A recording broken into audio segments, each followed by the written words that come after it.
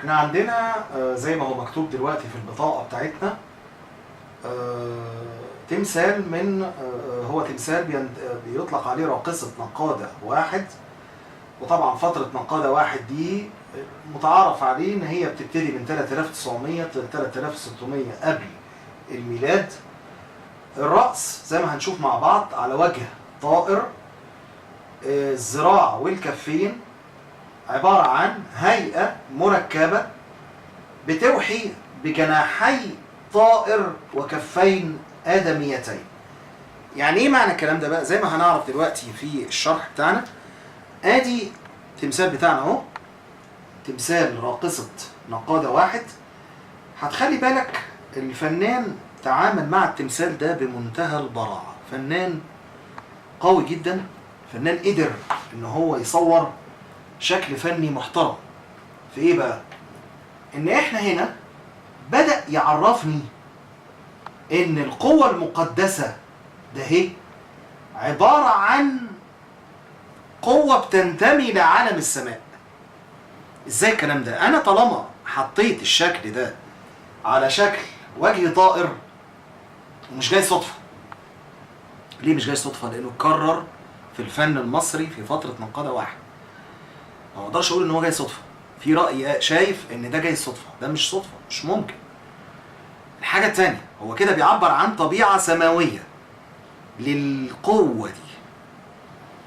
الحاجة التانية بقى، انا عايزك تركز معايا قوي في الدراع بتاعتها. احنا لسه قايلين ان الدراعين مرفوعين اهم، وقلنا ان الوضع ده اما رقص او طقسة او رقص طقسي.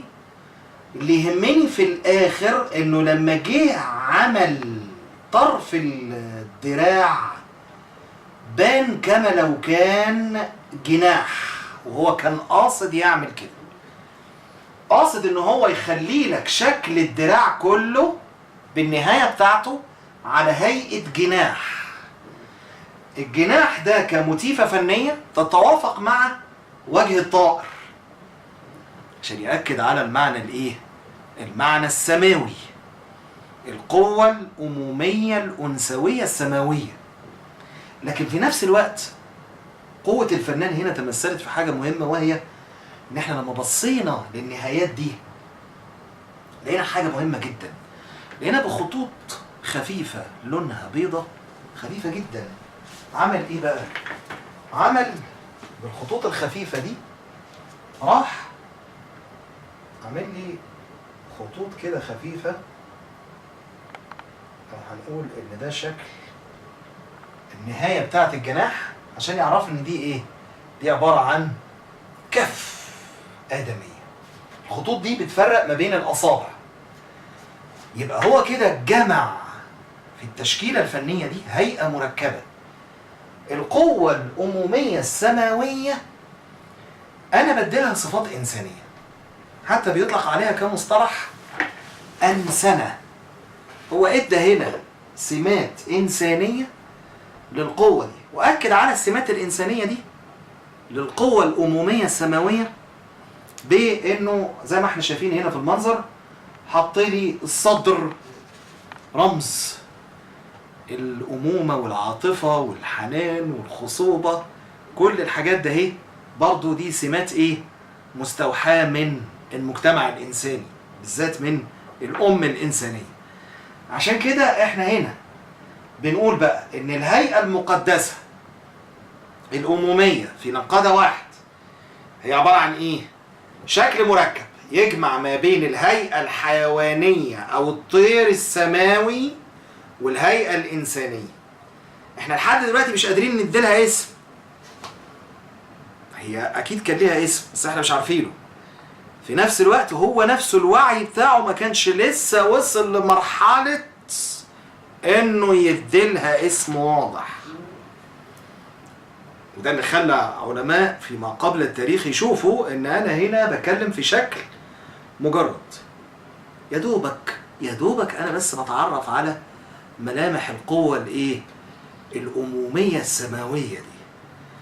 ما يصحش ان انا اسميها لسه في الفترة دي، محدش يعرف اسمها طبعا عشان اميزها، محدش يعرف سماتها قوي انت مش محتاج منها غير حاجات معينة.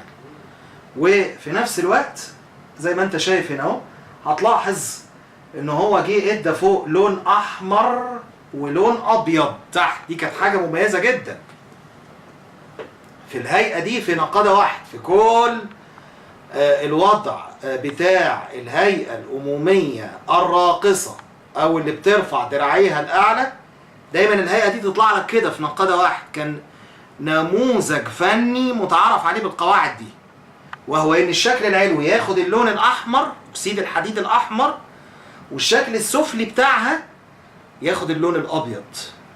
طبعا اختلفوا عشان يفسروا المعنى ده، وقالوا والله في احتمال ان اللون الابيض ده بيعبر عن لون الهيكل العظمي بعد ما الجثه ما تتحلل، فيطلع لي هيكل عظمي لونه ابيض، فانا ان احتمال كبير ان انا بعبر عن لون المتوفى بعد ما انتقل للعالم الاخر واصبح هيكل عظمي. بس بصراحه مفيش دليل قوي على الراي ده. وقالوا ان اللون الاحمر هو لون البعث السماوي يعني، او لون البعث او اعادة الميلاد مرة اخرى. وبرضه مفيش دليل مؤكد 100% على الرأي ده. بصراحة هو نموذج فني متعارف عليه في فترة نقادة واحد، احنا مش عارفين لحد دلوقتي ايه اللي خلى الفنان يخلي الجزء العلوي باللون الاحمر والجزء السفلي باللون الابيض.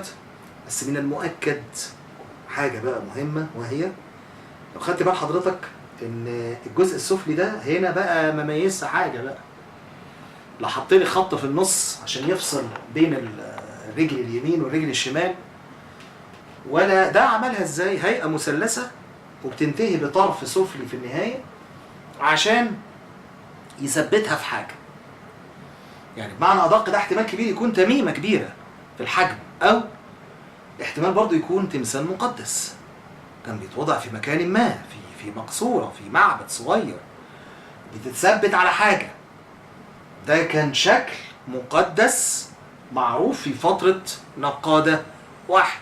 فأنا الشكل ده طالما هغرسه في حاجة، يبقى الجزء السفلي اللي أنا هغرسه ده هميزه بلون، الجزء العلوي المرئي هميزه بلون تاني، لأن الجزء العلوي ده هو اللي يهمني أكتر واللي بيعرفني صفات القوة المجردة الماورائية الأمومية.